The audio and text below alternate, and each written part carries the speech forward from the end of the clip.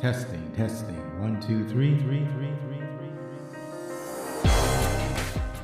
What's up, y'all? It's been a week since we last spoke, and once again, we have a chance to laugh and joke. So welcome back to Backlit Cinema, the podcast. I'm your host, Zoe, that's Z-O or Z-O for those of you outside of the U.S. It's the 107th episode. Thank you for downloading and streaming. We really appreciate it.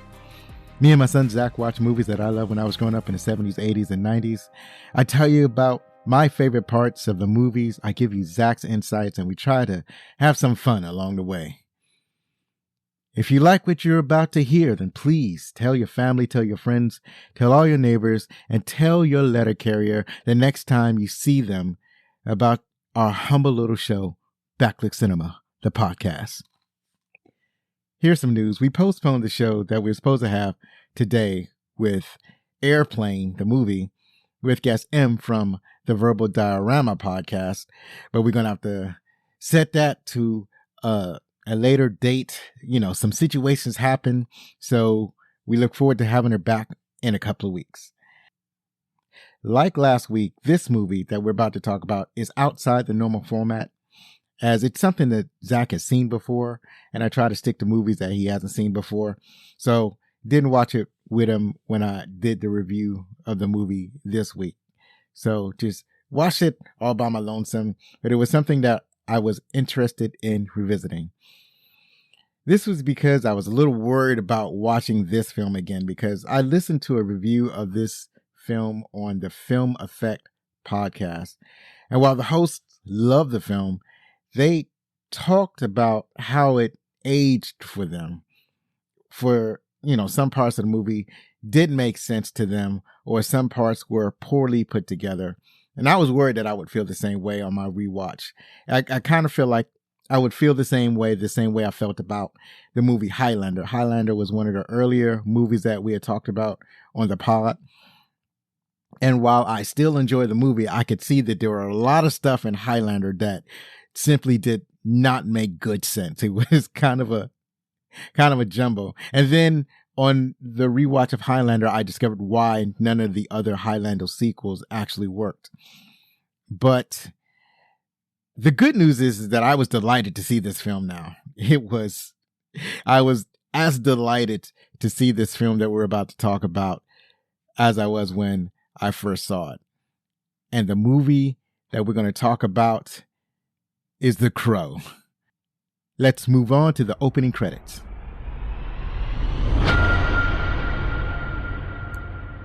In The Crow, a heavy metal guitarist, Eric Draven, and his fiancée, Shelley, are murdered in their apartment home on October 30th, Devil's Night, in Detroit, Michigan. A crow brings Eric's soul back to Earth and resurrects Eric's body so that Eric can get revenge of the gang who murdered him and Shelley. Released May 30th, 1994, produced by Crowvision Incorporated, Entertainment Media Investment Corporation, and Image Comics. It grossed over $50 million in the U.S. and Canada, and this was on a $23 million budget. It had rave reviews. Now, looking at this, you can see that it barely made double of what its reported production costs were. And there's a lot of kerfuffle over getting this film made. And if you're older, you probably know why there were issues and complications releasing this movie into theaters. And we'll talk about that later on in the trivia. But you know where I'm going with this. You should know where I'm going with this. But we're going to put that on the table for later. So this movie was starring Brandon Lee. He was born in 1965 and he passed in 1993. I would say that at the time, Brandon Lee was my favorite, what they're calling Nepo baby. He was the son of Bruce Lee. And I think that me and many of Bruce Lee's fans were excited to see what Brandon Lee was going to bring to the entertainment industry as an actor. Unfortunately, we lost him far too soon. Brandon Lee plays Eric Draven. He's also been in Showdown in Little Tokyo. That was reviewed on Not a Bomb podcast, episode 142. I encourage you to check it out. It's a fantastic show. He's also been in Rapid Fire and Laser Mission. Also starring Ernie Hudson. He plays Sergeant Albright, or it could be pronounced Albrecht. I'm not exactly sure. Anyway, you know him from Ghostbusters, The Hand That Rocks the Cradle, and Congo. Michael Wincott. He plays Top Dollar. He's been in Robin Hood, Prince of Thieves, Strange Days, and Nope. Rochelle Davis played Sarah, or it's probably pronounced Rochelle Davis. Anyway, she's has not had a lot of films under her belt. Most of her films are fairly unknown, and she hasn't done a lot of TV. But if you have seen her, you've probably seen her in Hell House or Revenge of the Devil Bat. Bai Ling plays Micah. She has an extensive movie career. You may have seen her in Red Corner, Crank High Voltage, or Sky Captain and the World of Tomorrow. Sophia Sheenez, she plays Shelley Webster. She also has not had an extensive movie career, but you may have seen her in Planet of the Pits or Terminal Velocity. Anna Thompson plays Daria. You may have seen her in True Romance, Unforgiven, or Bad Boys. David Patrick Kelly plays T-Bird. He's been in Flags of Our Fathers, Last Man Standing, and John Wick. Angel David played Skank. He's been in Baby Boom, Salt, and G.I. Jane. Lawrence Mason played Tintin. He's been in City of Lies, The Lincoln Lawyer, and Ali. Michael Massey played Funboy. He's been in The Amazing Spider-Man 2, Lost Highway, and Catwoman. Tony Todd, one of my favorite actors, played Grange. He played Candyman from 1992, The Man from Earth, and The Crow. And finally, I have John Polito. He played Gideon. He's been in Miller's Crossing, Big Nothing, and Highlander. A fabulous character actor. And you gotta love the names of these characters that I just read off to you. T-Bird, Skank, Tintin, Funboy, Grange. Just a incredible collection of just nouns that were seemingly thrown together to create proper nouns for these characters. Gotta love it. This movie was directed by Alex Proyas. He directed Dark City, iRobot, and Knowing. As you can see from this list, he has directed a lot of much talked about movies. Movies that he directs tend to garner acclaim and attention. So moving on, this movie was written by James O'Barr, David J. Skro, and John Shirley. So as you may know, James O'Barr was the creator of the comic book series and the character of Eric Draven, the Crow, the whole mythology, and this movie is based on his work. David Skro, it might be David Show. So, it's David Sko. We're going to go with David Sko. David Sko wrote the screenplay for this movie. He's also written The Texas Chainsaw Massacre, The Beginning, and Critters 3 and 4. John Shirley also wrote the screenplay or worked on the screenplay, and wow, his only credit for movies is this movie, and everything else is basically television, and not much of that either. But he was responsible for writing episodes of Brave Star, this cartoon I used to watch back in the day, and another animated series called Spawn that was on the air on HBO from 1997 to 1999, obviously based on the Spawn comic book character created by Todd McFarlane. Moving right along, the music is by Graham Revell. He has 112 composer credits to his name, and he has written music for The Saint, Lara Croft, Tomb Raider, and Pineapple Express. So that's it for the opening credits, and if you're enjoying the show, remember that you can get t-shirts, hoodies, mugs, face masks, jerseys, and more at our website, backlookcinema.com/shop. And up next, we're going to talk about our favorite parts.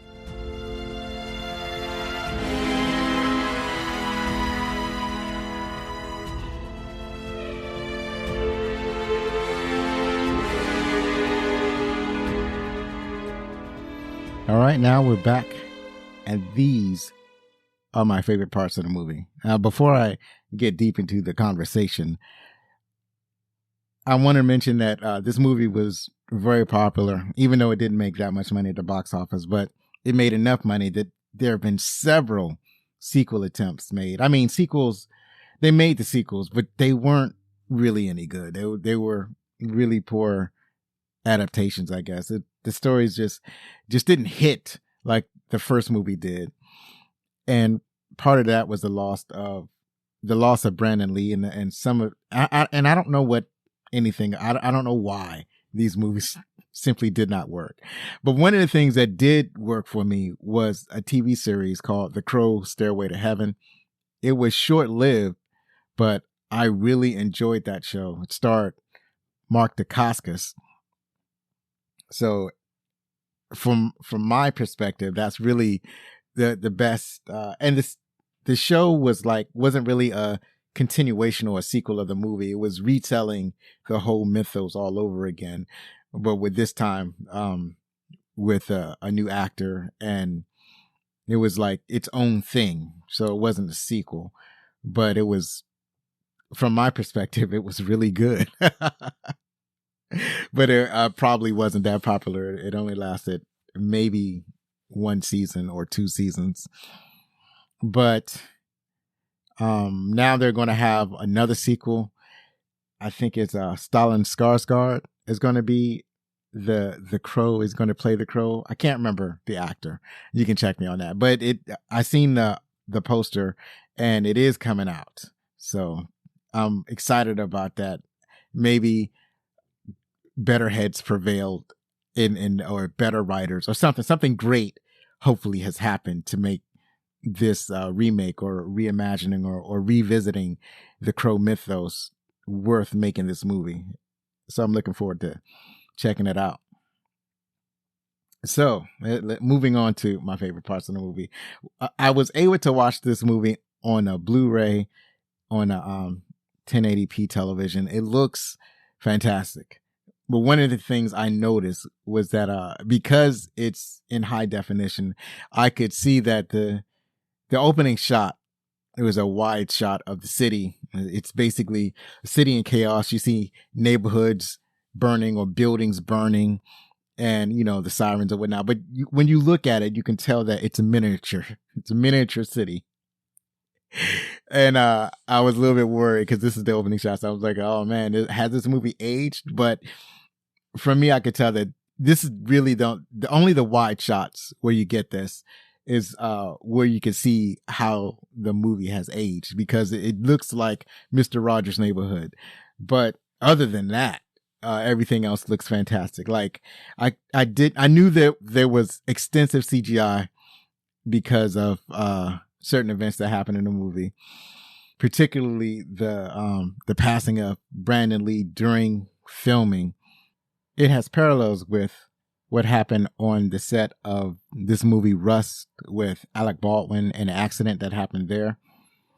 In The Crow, they used extensive CGI to help complete the movie with Brandon Lee. So I didn't see any of that. I never noticed any special effects regarding Brandon Lee while I watched it. And I think I seen it in the theater, or may have seen it on DVD, but I didn't see any. I probably saw it in the theater, but I didn't notice any CGI, and I still don't see it even in high definition. So I do like the fact that I didn't see any additional CGI other than the mini city The mini city was a miniature. It was a miniature, so that's not CGI. That was practical effects. So right away, you get in the opening of the movie, you get the style and emotion that they're going for. And I couldn't pin down exactly what they were going for. You know, it seemed gothic. It seems grungy. It had a emo flavor to it, you know, tinged with heavy metal. I couldn't tell you exactly the style of the movie, but I liked all of it. It was dark. It was gritty. Like at the time, critics were saying it's darker than dark. It's like it came out after Batman, so it's darker than Batman, or what have you. But I enjoyed that flavor, that emotion it was going for. I totally vibe with it. I'm not an emo person myself. I'm not heavy metal or goth, but I recognize those elements in the movie and I enjoyed them.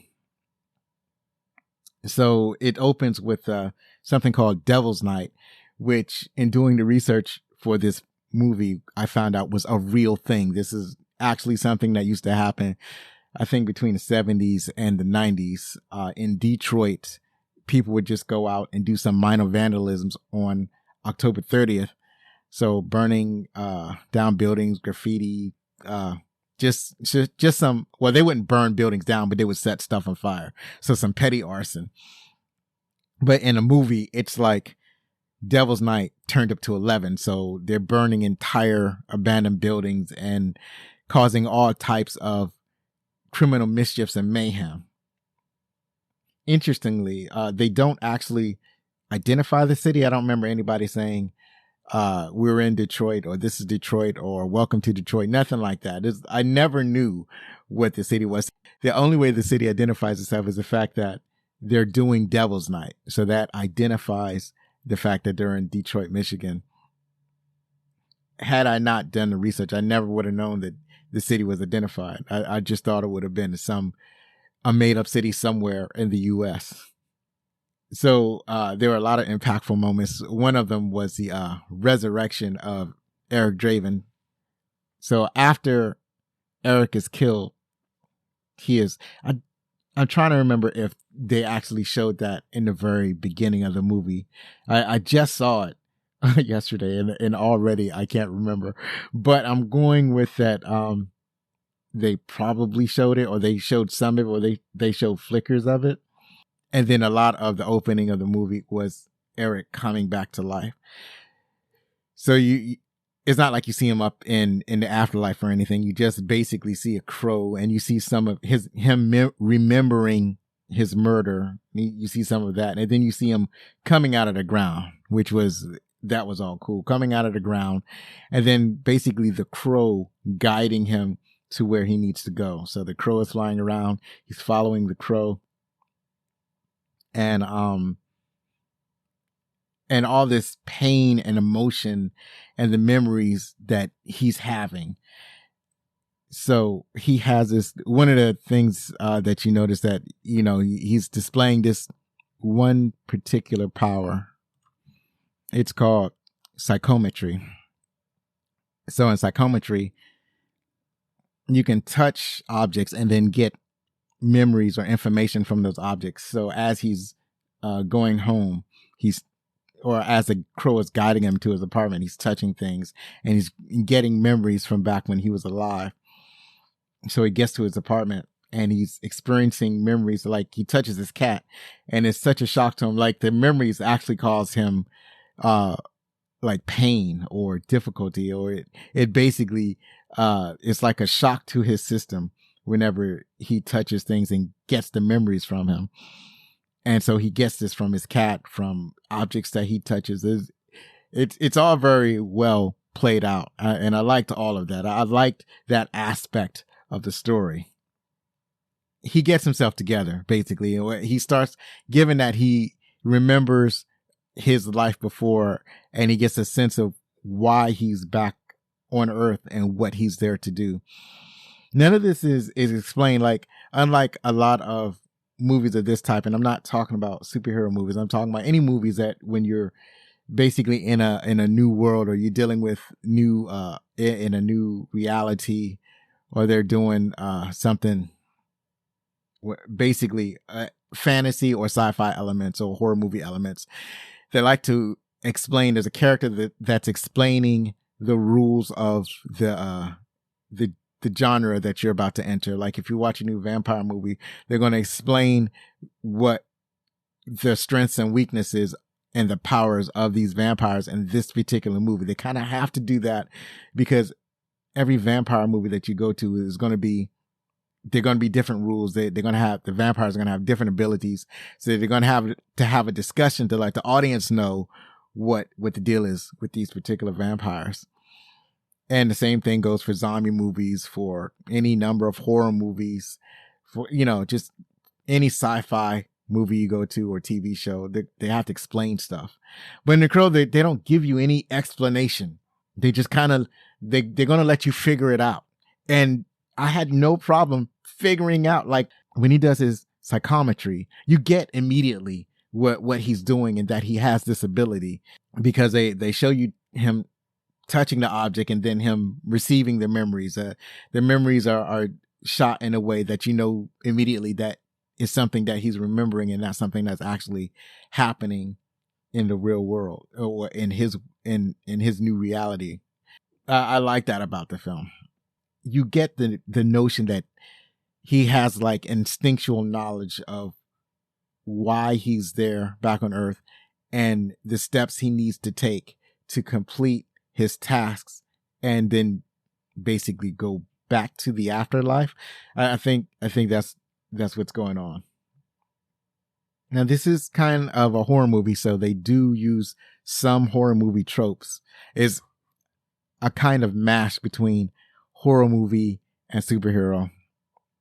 It's a horror movie in the sense that Eric Draven is basically a zombie. He crawled out of the ground.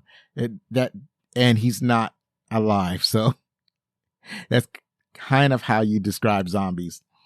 But he's not all twisted, or what's the word I'm looking for? He's not disfigured. And the other thing is that usually in zombie movies, there are a bunch of zombies. And in this case, it's just Eric Draven. Zombies are usually mindless, and Eric Draven has all of his wits about him. Zombies have no purpose, and Eric Draven has a specific purpose. Eric Draven's purpose is to go and catch revenge on everybody, everybody that had did him wrong.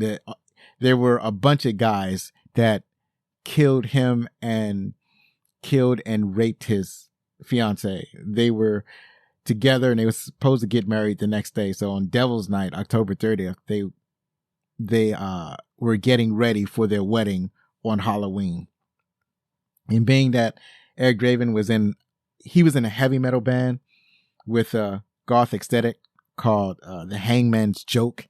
He was the guitarist. I don't know if I guess he was I don't know band positions. I know there's a regular guitarist and there's a bass guitarist. So I'm thinking that he was the regular guitarist. And for that band, I don't think that he was the lead singer of that band. There were 5 members, and they didn't actually show a lot of them playing. So it's not all that material to the story. But there was a scene where he grabs a guitar and he plays it. So there's that. It was it's hard to describe why that fits in the movie. Like, it didn't need to be in the movie, but somehow it fits in the movie. I guess it has something to do with garnering the emotion, or it's a way of Eric Draven expressing his emotion. That could be it. I couldn't tell you. I'm at a loss for words, which is not good when you're trying to record a podcast. Going back to using horror movie tropes, one of the tropes they use, which I was not particularly pleased to see, was the murder of so Eric Draven's first victim is a black guy. So they did the horror movie trope where the monster kills the black guy first. And so I never noticed it, obviously, when I first watched the movie way back when, but I kind of see these types of things now. But it's kind of balanced out because this movie has a really diverse cast, especially for the late or the mid 90s when it came out. So it had a lot of supporting characters who were people of color, and they had significant roles. Like they were supporting roles, but they were significant supporting roles. So I think that kind of balances out the writers deciding to use this particular trope. And the scene was extremely well done. Like the person that Eric Draven attacked is one of the first, was obviously one of the guys that murdered him. And this guy was, this was 1010. Hold on, let me double check. I think it was 1010. I'm 99.9% sure that it was 1010. And I'm looking at my notes, and yes, it was 1010. So 1010 was very well built. He's really good with knives. He has a bunch of knives that he carries, and he's trying to fight Eric Draven with knives. But he's not. Eric Draven, we discover, has another he has another power, which is rapid healing. We actually discovered this power before. So, 1010 cuts him, and he is, the Crow heals immediately. Lawrence Mason, who played Tendon, did a fantastic job with what little he had. It was like, it's just a guy who cuts with knives, but Lawrence Mason had a style and a presence about him that really filled out with a little bit of character that he had to work with. And I think that his expression of the character of Tintin made the fight more exciting. And he just wasn't somebody who was wielding knives. Another thing I liked about it was the dialogue in the movie. So the script was really good. So he has these, they say a lot of smart remarks back and forth to each other during the fight. It made it really fun. So Tintin is trying to kill the Crow. It's not working out. And the Crow obviously kills Tintin. He stabs Tintin with all of Tintin's knives. I think Tintin had 4 or 5 knives, and the Crow stabs Tintin with all of them. So that's one of my favorite scenes in the movie. It was very well choreographed. It looked really good. And it expresses the horror of it, because it borrows from the superhero genre, but at the same time, Eric Draven is kind of, he's not there to bring justice. He's just there to get revenge, and his vengeance is to kill the people who killed him. So, and he kills them in horrible ways. Like these aren't nice deaths. I'm not saying that any death is a nice death, but it's like, I would rather not get stabbed with 5 knives. Is what I'm saying. So another good part is when the Crow, or Eric Draven, shows up at the pawn shop. He's looking for 2 things. One of the things he's looking for, he's trying to find the rings that he feels that the people who killed him must have pawned when he was killed. Even though this happened a year ago, like he was killed, and then a year later he comes back, close to Devil's Night. He doesn't come back on Devil's Night, but he comes back like maybe a couple of days before Devil's Night of the following year. As far as he's concerned, the ring that was stolen from him, the engagement ring, is still at that pawn shop after messing with the shop owner. Like, one of the things he does is he just kind of forces his way into the shop, because the shop is closed. The smart alecky shop owner, his name was Gideon, played by John Polito, who's like I said, it's a wonderful character actor. You've probably seen him a bunch of times. The shop is locked, and Gideon is there, doing closing, whatever you shopkeepers do after the shop is closed. And the Crow forces his way in, and then Gideon and Eric Draven, they have their little back and forth. But when Eric Draven starts demonstrating his powers, it's something that Gideon says that I just love. That it's fun to hear new ways to curse, and this particular curse that Gideon says, it's just it's magnifique. is magnifique. He says, "Shit on me." Like the crow or Eric Draven is threatening him. He's destroying his shop, and Gideon is shooting at Eric Draven, and it's not working. And and seeing that shooting at Eric Draven is not working, Gideon says, "Shit on me, shit on me." Right. So it was spectacular. So at some point, Draven goes to the back of the shop, and he's looking at boxes of rings, and he's trying to find the ring that he had given to his fiancé. And he's looking for it not by looking at the rings. He's closing his eyes and he's feeling for the memory of his fiancé. And I really liked that. I really like that they're really showing us the different ways that he could use his powers.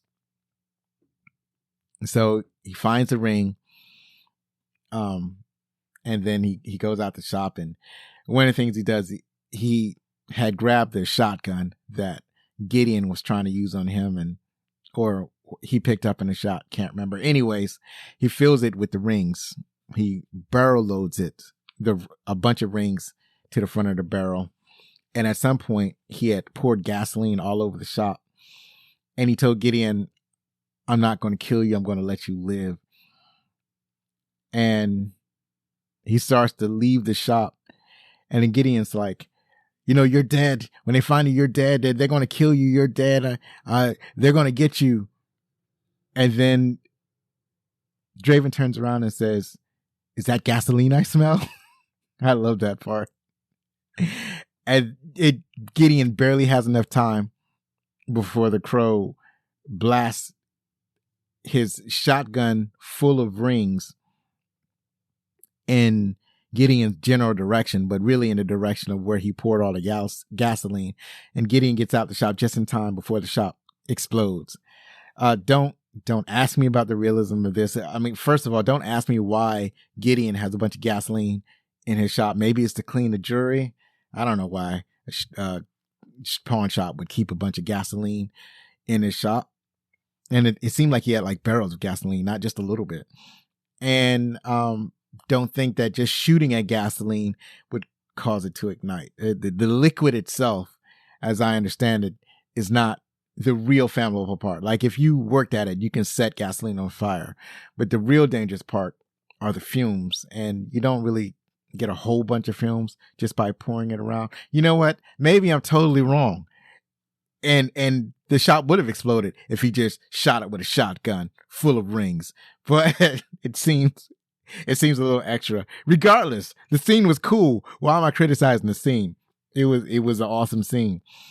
And I like that the pace of the movie it's like awesome scene followed by awesome scene. If it's not the action, the fighting scenes, the car chases, and all of these things that are going on in the movie, it's the somewhat cheesy acting that's going on in the movie that keeps you interested. So all of the the gang members, they all have their weird, quirky, unique personality. They all have these weird names, and it just seems like a bunch of guys just having a good time, just causing mayhem. Unfortunately, some of that mayhem leads to destruction of property and death of innocent people. So they really shouldn't have their fun. They shouldn't allow to have fun, since their fun involves, hurting people. So another part that I really liked about the movie is something that they used in the trailer. The police officer, Sergeant Albrecht, he discovers the crow soon after. Well, I keep calling him the crow, but he discovers Eric soon after Eric destroys the shop, the pawn shop. So he suspects Draven having something to do with the destruction of this shop. So, he pulls his gun out and he's like, "Move and you're dead."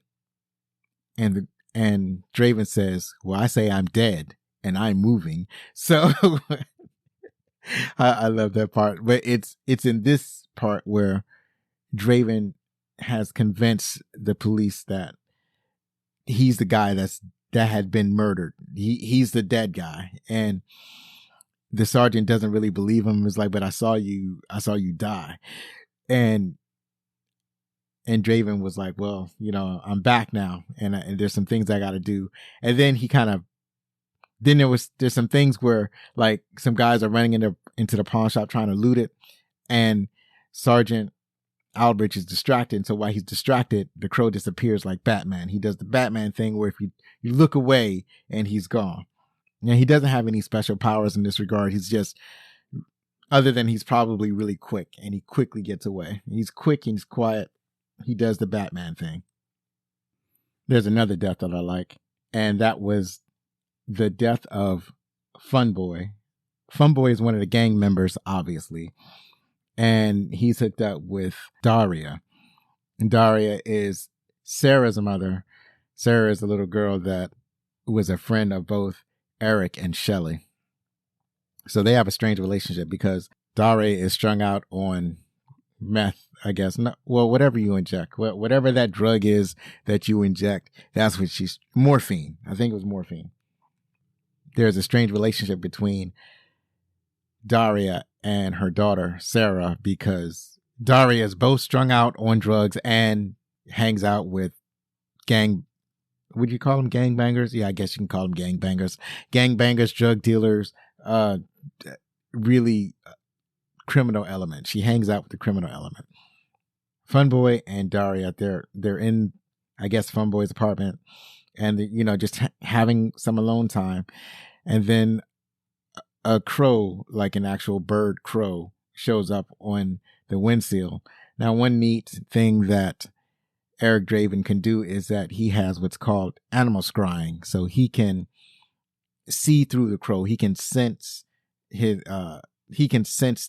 through the crow. So he kind of sends the crow ahead as a kind of like security camera, so he can decide what the best place to approach his opponents. But when Funboy sees the crow, the actual bird, he's like, here, birdie, and then suddenly Eric Draven appears, and he's like, here, Funboy, and I thought that was marvelous. I enjoyed that. I like the cute moments that they add to this movie, and there's always a fight, some shooting, and then some death going on. At first, like after he just beats up and knocks out Funboy and puts him in a tub, and then he gets Daria. Daria thinks that Eric is going to attack her, and so she's trying to defend herself, but he easily grabs her, and then he uses his power to push the morphine out of Daria and apparently heal her. He may have gotten her off of her addiction to morphine. I think this could be explained as an extension of his healing powers. So not only does he have the ability to heal himself, but he also has the ability to heal others. So he basically heals Daria of her addiction, and then he tells her that the name of God on the lips of all children are their mother. And he tells Daria to go home, presumably go home to Sarah. And so she leaves because she's still terrified, and as she should. And after she leaves, one of the gang members, one that hadn't been involved in the actual death of Eric Draven, he shows up just as Eric was leaving. So this is Grange. Grange shows up. That's the part played by Tony Todd. Interestingly, I did not fully recognize Tony Todd when he showed up. I was thinking that, oh man, that looks like Tony Todd. That's not Tony Todd, because he's so young. He's so young in this movie. And the other thing is that he has a very distinctive voice, and he had not yet developed that voice. Like, it sounds like he sounds now, but I guess that he has not had enough cigarettes to give him the gravelly voice that he has today. It's like with age and cigarettes, his voice have become distinctively gravelly. But back then, it was lighter. It was almost like regular. At any rate, Grange sees like the Crow leaving, and then, or not the Crow, but Eric Draven. And then he discovers what Eric had did. Eric had basically taken all of the hypodermic needles that he could find in Funboy's apartment and injected Funboy with everything. So he basically gave Funboy an overdose, and Funboy is done. He's done for. It's like Eric Draven is having fun with his revenge killing. There's another killing that I like where it's funny how I'm describing how I like these killings, but it's a revenge fantasy movie. So if you can't have joy in the killing, then what are we here for? So as I was saying, the other killing that I liked was the death of T-Bird. So this is where T-Bird and I guess Skank were, they were about to head out for some tomfoolery. And so they're in T-Bird's, I guess it's a Thunderbolt car. I can't remember. It was in trivia on IMDb, but I didn't put it in it. I didn't make note of what kind of car it was, but it's a souped up car. Skank goes into the convenience store to get some snacks, and he's supposed to get snacks for the both of them. And so while Skank is gone, T-Bird is in the car waiting. The Crow shows up in the backseat. Classic thriller stuff. And forces T-Bird to drive as fast as he can. So T-Bird is speeding through the city. They speed past police. Police are in the car. One dude is trying to add coffee he's trying to add cream and sugar to his coffee. He's in the passenger seat. He's holding up the coffee. He's trying to add some cream or sugar to it. His partner behind the driver's seat sees the T-Bird is like speeds past him really fast. And he's like, oh, I got to catch this guy. So he slams on the throttle to pull in behind T-Bird to chase T-Bird down the street. And as he slams on the throttle, the cop that's in the passenger seat holding the coffee spills coffee all over himself.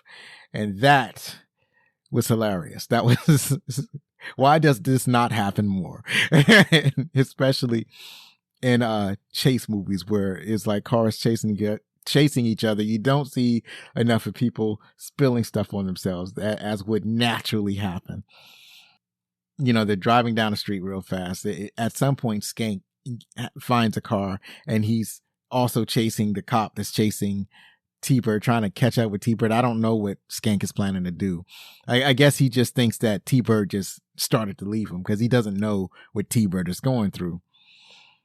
And at some point, the way the chase goes, Skank crashes into the police car, and the Crow with T-Bird as a hostage get away.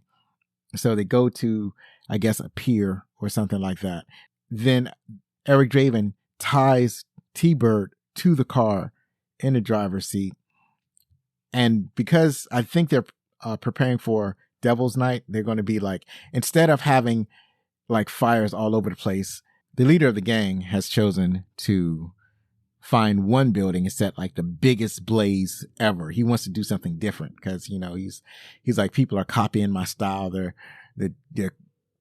making it so that Devil's Night isn't special anymore. He wants to make it special. So he wants to choose one building and make it the biggest blaze. So in T-Bird's car, I guess T-Bird was in charge of getting the explosive. There's a bunch of explosives and accelerants and chemicals and whatnot. So and this is all in T-Bird's trunk. So after tying T-Bird to the car in the driver's seat, Eric rigs the car so that it can basically drive by itself off the pier, and he sets the car on fire. Even though Skank had gotten into he had crashed into the police car, but he was still able to on foot find his way to where T-Bird and the Crow was. So by the time he gets there, this is where he sees the Crow had already set the car into motion. I keep calling him the Crow. His name is Eric Draven. But anyway, so Eric Draven had set the car into motion, goes over the pier, it blazes, it explodes, it blazes, it flies over, totally alight. It was fabulous. And then that's where you get the scene where Eric throws a lighter on the ground, And he had already previously made out the design. So there's a fire design or the fire outline of a crow on the ground with Eric Draven standing by it. And that was, it just adds to the artistry of the movie. Now Draven has only one more person to take care of, and that is Skank himself. Skank runs back, makes his way back to the gang and the gang leader, the gang leader being Top Dollar. Top Dollar has this big board meeting going on, talk about how, he wanted to make Devil's Night the specialist night ever. And like during this meeting, that's where Crow shows up. A Crow, first the Bird Crow, and then Eric Draven. This is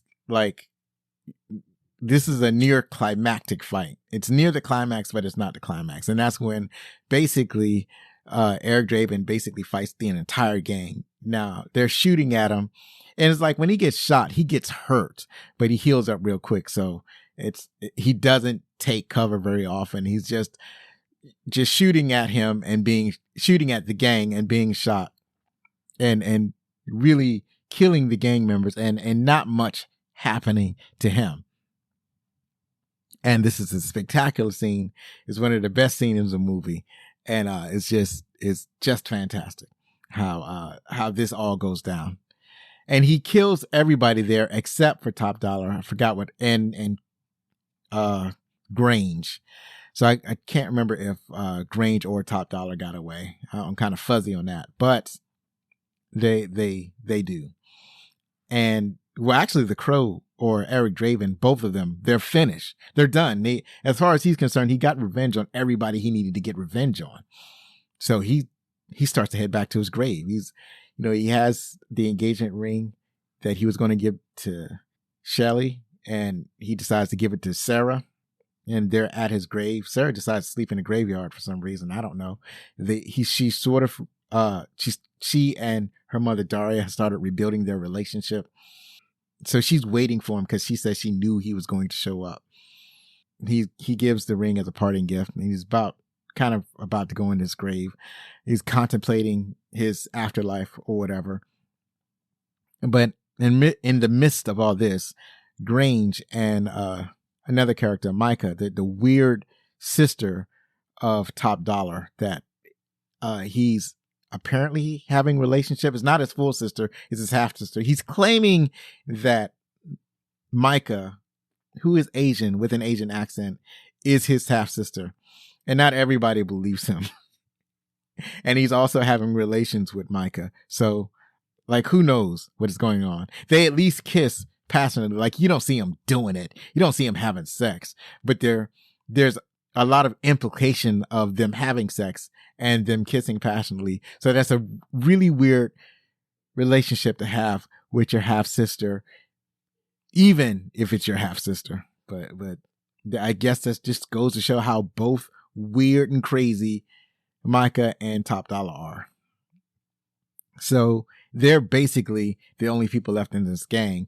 And Micah discovers that, or she has the intuition to believe that the Crow, the bird, is responsible for Eric Draven's invulnerability, or at least his quick healing, or all of his powers.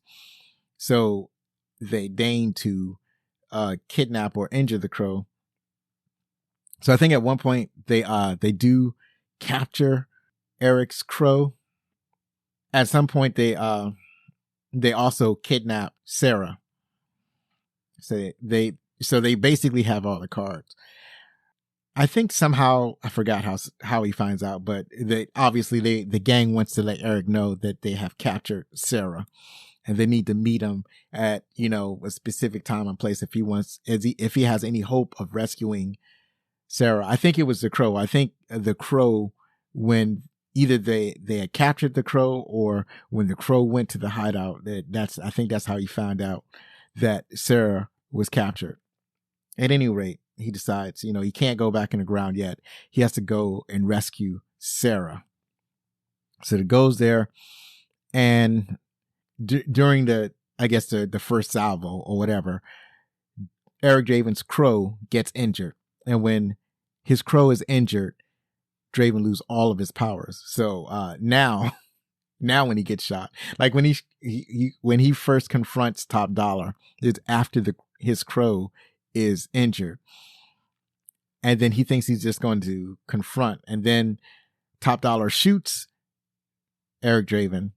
And Eric Draven was like, at first he's like, yeah, I'm going to just shake this off. And he realized he's not healing. And then he's like, oh, fuck. So now he has to essentially fight these guys, these three people with guns with no powers. And he's not doing well. And then the police officer, Albridge, comes to the rescue. Now, how or why he shows up is not important. The only thing that is important is that he shows up and he helps Draven fight off the bad guys. In the process, he gets shot as well. And the crow sort of escapes from Micah. Micah, she has the crow. She's a weird bird. She's a weird person because she has this thing about eyes. Like whenever they kill victims, she has to have the eyes of those victims. And so the crow, while it's captured, I'm talking about the bird, while she's holding the bird, the crow pecks out her eyes in order to escape. So poetic justice for that person. So the fight continues. They end up on the roof of this building. The crow is in dire straits. It's basically not the crow, Eric Draven. Eric Draven is in dire straits. He's fighting Top Dollar. At this point, Top Dollar tells Eric Draven that it was like he and his girlfriend were killed on his orders. Like it was a tenant owner dispute. So Top Dollar apparently owned this building that Shelley was living in, and she was making a complaint. So he was going to make an example of her by killing her and Eric Draven. He sent his gang there to kill them both. Like he was truly responsible.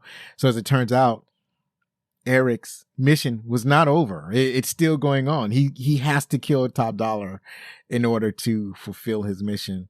And he kills Top Dollar. And now he's free to go back to the grave and rest peacefully. And that's basically the movie. It works for me. This movie works for me. It's a very well done revenge fantasy. I thought it was going to age. It has not aged at all. As I said when I first opened the show, it is just as satisfying as when I first saw the movie. And that pleases me. And it looks great on Blu-ray. So that's it for my favorite parts of the movie. Up next is the trivia.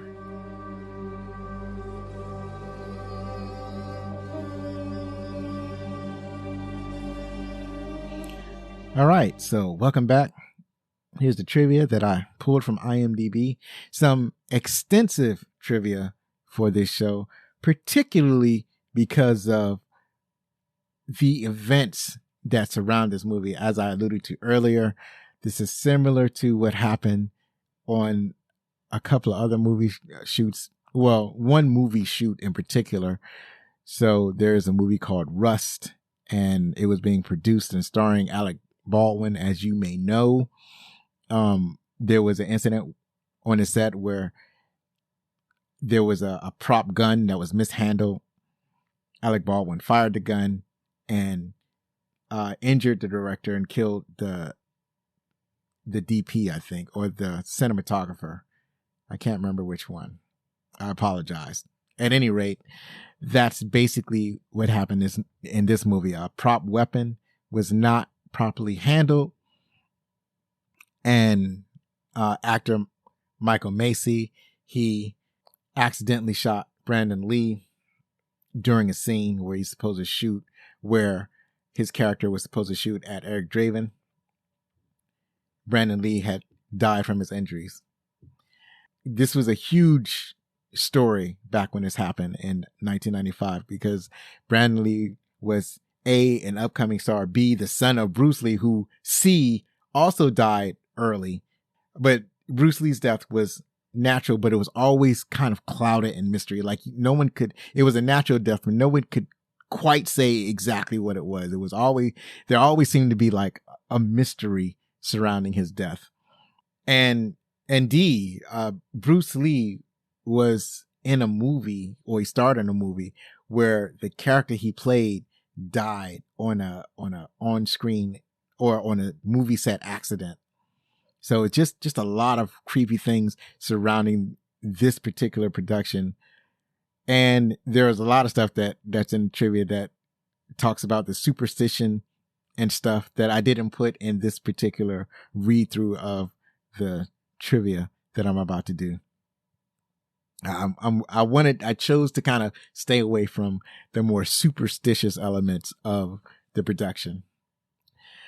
So although he was not at fault for the death of Brandon Lee, Michael Massey stopped acting for a year because he was so traumatized by the incident. His next film was a small role in Seven in 1995. Up until his death in 2016, he had never watched the film. And I don't blame him. Like, how could you watch something like that, especially if it was you? One of the controversies is if The Crow was even ever going to come out. They had trouble with financing and all this kind of stuff, or whether it was, ethical or right for them to put this movie, saying as how Brandon Lee had died on the movie set. But they decided they had filmed enough and that they could change the story enough to go ahead and put the movie out. They felt that this is probably something that he would have wanted. I can't say for sure. Ultimately, it was Brandon Lee's fiancé reputedly had put her support behind releasing the film. In his Blu-ray commentary, Alex Proyas said that Brandon Lee was unhappy with the way his face paint looked when the makeup department applied it to him before shooting. Lee and Proyas then agreed that it would look best if Lee applied his own makeup every night before going to bed, so that when he woke up, his face paint would naturally look more worn out. And yeah, it did have that worn out look to it. It wasn't like, it was like meant to affect the image of a mime, is what the face paint was meant to do. But the face paint isn't so sharp as, or there isn't a lot of contrast between like the black lines that he used on his face and the white face paint. So it created a more subtle look for The Crow than, say, an actual mime. Director Alex Proyas originally wanted to shoot the entire movie in black and white, closer to the comics, and only using color in Draven's flashback scenes with high contrasting. But the studio execs didn't allow him to experiment with this approach. This made Proyas shoot much of the movie in a monochromatic color theme mixed with red and dark gray, which is interesting. The studio's like, no, you're not making a black and white movie, not with my money, and well, not with our money. Another interesting thing is that shooting the movie in black and white would have made it closer to the comics. But the thing is that a lot of comic book creators, if they had a choice between doing black and white and color, I think they would choose color. I don't think that The Crow was in black and white because it was an artistic choice. I think it was because they're trying to save money. So it's only in black and white for financial purposes, not because, in my belief, it wasn't because the creator was like, oh, this is my choice to do it in black and white. Printing in color is expensive. So I think they did it to save money. But on the other hand, it really works for The Crow. According to James O'Barr, he didn't like casting Brandon Lee as the main lead for his comic book adaptation. At the time, he had only seen him in Showdown in Little Tokyo from 1991 and feared that it would end up looking like a kung fu movie and go straight to video. But he was thrilled when he first met Brandon on the set with the makeup of the Crow out and the Crow outfit. He was amazed by Brandon's take on the character when he spoke the exact lines from the comics.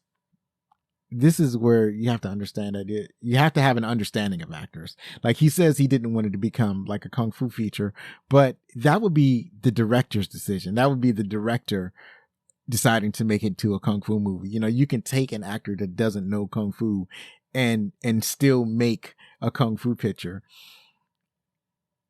Moving right along. Paramount Pictures initially developed and financed this film, but after Brandon Lee's tragic death, which caused production to shut down with an incomplete film, they wrote the project off. Entertainment Media Investment Corporation was created for the purpose of buying the film and completing it using then groundbreaking CGI special effects and body doubles for Lee's scenes. The film would return to Paramount's hands in 2020 after the studio bought a minority stake in Miramax, which picked up distribution rights after Paramount left. So they let it go and they got it back. Some believe that because of the tragic death of Brandon Lee, this movie is responsible for changing gun safety standards in film. That is, in action scenes, the gun is held off to the side and tricky camera angles are used when the weapon is aimed at a character to avoid misfire or other horrific accidents. James Abar stated on the Crow DVD that when he met the movie's executives, they originally wanted to make this a musical starring Michael Jackson. He immediately laughed uncontrollably, thinking that it was a joke, only to find that they were quite serious. It was only until Brandon Lee and Alex Proyas came on board that the movie took a more serious role. Now, why the producers thought this was a good idea, I don't know. I swear, people are always trying to do something different, trying to be creative. You know, we can't all be creative, all right? Let's not do the bad thing. With his profits from the film, James Abar bought his mother a car and a surround sound system for himself. Then he donated the rest. I was really good friends with Brandon, so it just felt like blood money to me, he said at a comic convention in 2009. I didn't want to profit at his expense, and I kept that secret for as long as I could. It's not charity if you get credit for it. This is something else that he said. I don't quite agree that it's not charity if you get credit for it. That sounds like a weird thing to think, but I guess that's just my hang up. Moving right along. While most of the scenes after Brandon Lee's death were digitally composed, there was in fact a mask that had been directly made from a mold of Lee's face. It had been intended for use on his stunt doubles if needed. They attempted to create scenes using this mask. However, the cast and crew were so unsettled by the prop that it was destroyed and digital means were used to fill in the gaps. Which, yeah, I can imagine. He was like, "You just going to use my man's face like that? This ain't right, son." Originally, Funboy, Michael Massey, was not supposed to fire a gun at Brandon Lee's character, which ultimately led to Lee's death. It was changed at the last minute by director Alex Proyas, which, when you read this, is so tragic. But something like this could have happened at any time. But yeah, that's kind of messed up.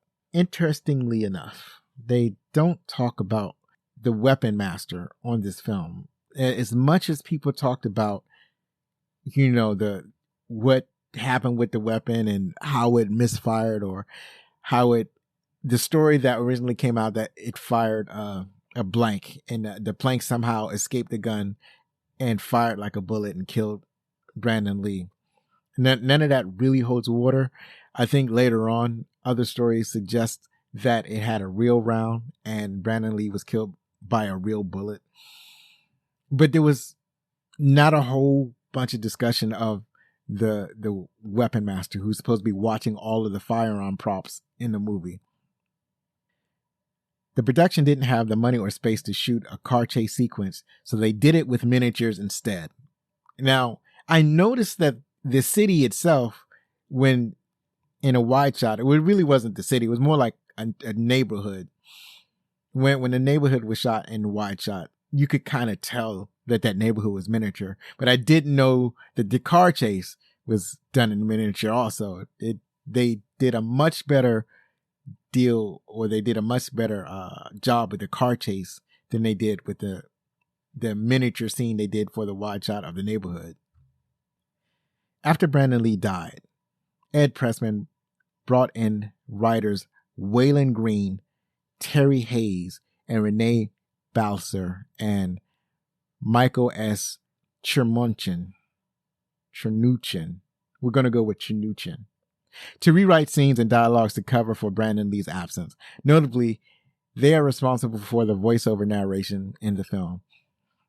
There are some people that didn't like the voiceover, but I really liked it because it was done by a little girl. So it was done by Sarah's character, and Sarah is narrating it like she is recalling a fairy tale. Her perspective is that from a child that knows this fairy tale, and she's telling you this fairy tale, and that's what it sounds like when she opens the movie with the narration, and then she ends the fairy tale when her narration closes the movie.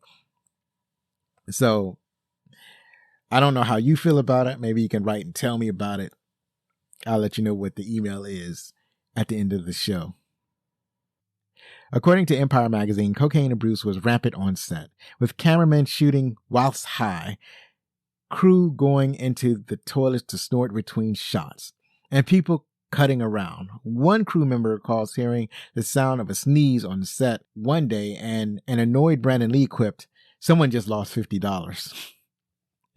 Which is kind of funny, and it might explain why Brandon Lee had passed away. They also don't talk about how drug abuse might have contributed to Brandon Lee's death on this movie. The line, "I see you've made your decision, now let's see you enforce it," is taken from a statement made by President Andrew Jackson regarding the ruling of Supreme Court that the Indian Removal Act was illegal. The line was altered from, "That's John Marshall's decision, now let's see him enforce it," to use in the movie. So Andrew Jackson was so horrible that he would defy the Supreme Court to abuse the Native Americans. Let's just let that sink in. One of Brandon Lee's favorite movies was The Warriors from 1979, which created a breakout role for classically trained actor David Patrick Kelly, who played T-Bird. So naturally, Lee was overjoyed to have a great character actor known for his villainous role starring in his own movie. Even though the movie based on the comic is called The Crow, none of the birds used in the film were actually crows. All of them were in fact ravens, which are much larger than crows and have a longer, more impressive beak. Tell you the truth, folks, I can't tell the difference. They're both corvids to me. They're both black corvids, and I couldn't tell. There was a lot of cost and corner cutting on set. One of the crew recalled they're trying to make a $30 million movie for $18 million.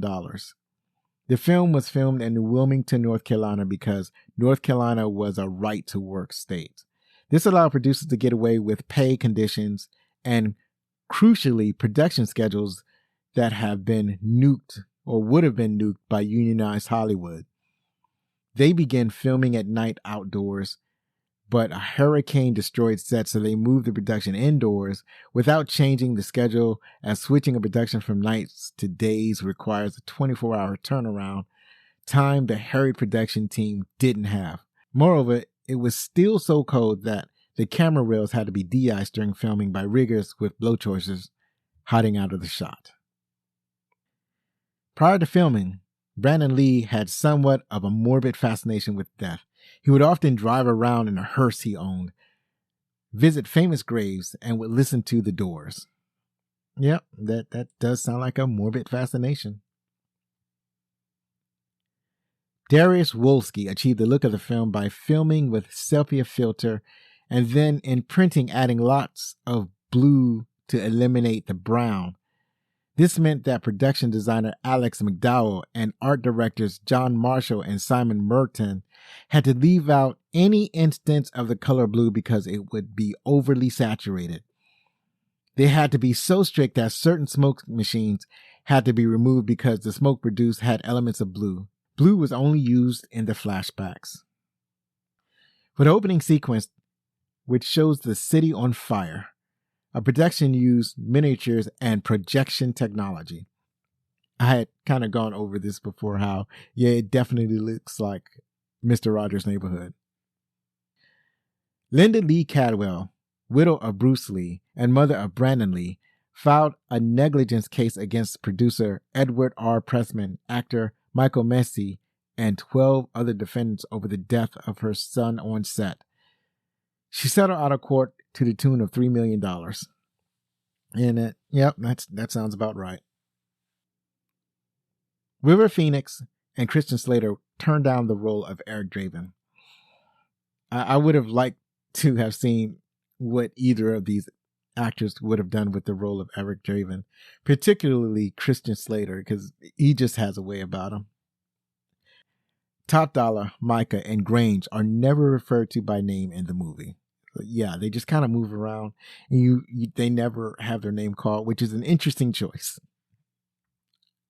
Finally, Brandon Lee's death likely led to the dropping of a major plot element where there was another resurrected character called the Skull Cowboy who was trapped on the earthly plane, who would explain to the newly resurrected, like Draven, the rules of how to be undead.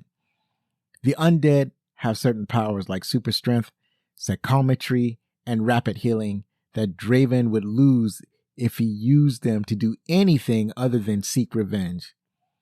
In the final act, Draven's friend Sarah is kidnapped by Top Dollar, and the cowboy pleads with Draven not to attempt rescue because it was not directly related to the revenge.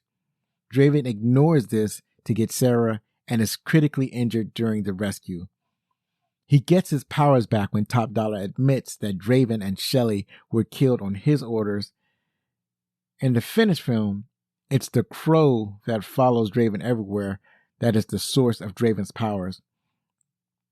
Top Dollar's gang deduces this and injures the bird, causing Draven to lose his powers. So there's a difference between how Draven loses his powers in the finished film and how he loses his powers in the original script before Brandon Lee's death. There's some controversy on whether they changed this before he died or after he died. I think it's likely that they changed the script after he died because he wasn't there to do all of the dialogue and the acting, obviously, to make this scene, make all of this story element possible. Because this is a major story element that was in the film. The Skull Cowboy you was going to see the Skull Cowboy pop up throughout the movie to explain to Eric Draven what all of the rules were. But in the movie there is no explanation. The audience is there to figure out what's going on through context provided by the film. And it works extremely well the way it's done in the movie. I've said all of this before. Sorry to bore you. So that's it for the trivia. Up next, we're going to talk about what the critics thought. And we're back. Now we're going to see what the critics thought. The critics on Rotten Tomatoes gave it an 84%. The audience score was 90%. People really love this movie. On IMDb reviews, it has a 7.5 out of 10 score. Anderson Jones from Detroit Free Press wrote, "The film is haunted by a reworked script that may be weighed down by Lee's memory, making it a bit of a morality play and a little faux sentimental." So I don't agree with this. I don't think that it's faux sentimental. It's kind of a stretch to say that. I don't think there was any problems with the reworked script. To me, it was slightly reworked, and it seemed to be reworked for the better because they didn't use certain crutches that are normally used with fantasy and sci-fi movies. Gina Radcliffe from The Spool wrote, "I will say that I rewatched it for this project and was surprised to see how well it holds up. It might be perhaps the most early 90s movie ever made, but unlike, say, Reality Bites, it's in a way that's still cool and stylish." Those are my sentiments. Exactly. Quentin Curtis from Independent on Sunday wrote, "Luridly lit, jumpily edited, and searingly scored, the film is a little more than an extended pop video. The thin plot, an excuse for an orgy of destruction and vengeful violence." I mean, yeah, it's a simple plot. It's a simple revenge thriller, but it works. It's a revenge thriller that works. I can't really say for the editing. It's not, the editing is not so bad that it takes me out of the movie. It's okay by me. And searingly scored. Now, to say that the music was searingly scored is kind of it's just, maybe he doesn't like rock and roll, I guess. I don't know what's up with some people. Finally, Terrence Rafferty from the New Yorker wrote, Alex Proyas' pulp revenge fantasy based on a comic book saga by James O'Barr is dark, moody, and seductively overwrought. It's an amazingly pure expression of morbid adolescence romanticism. You know, those were the words that I was trying to find at the beginning of this podcast. I couldn't really find the words to describe this movie, but I think Terrence Rafferty, he did a really good job at putting to words some of the things I felt or that I feel whenever I watch this movie. Finally, The Crow is, as of this recording, available on Pluto TV. That's it for today. Next week, we have a very special guest. He's the host of the great pop culture podcast, Buzzing with Marlowe.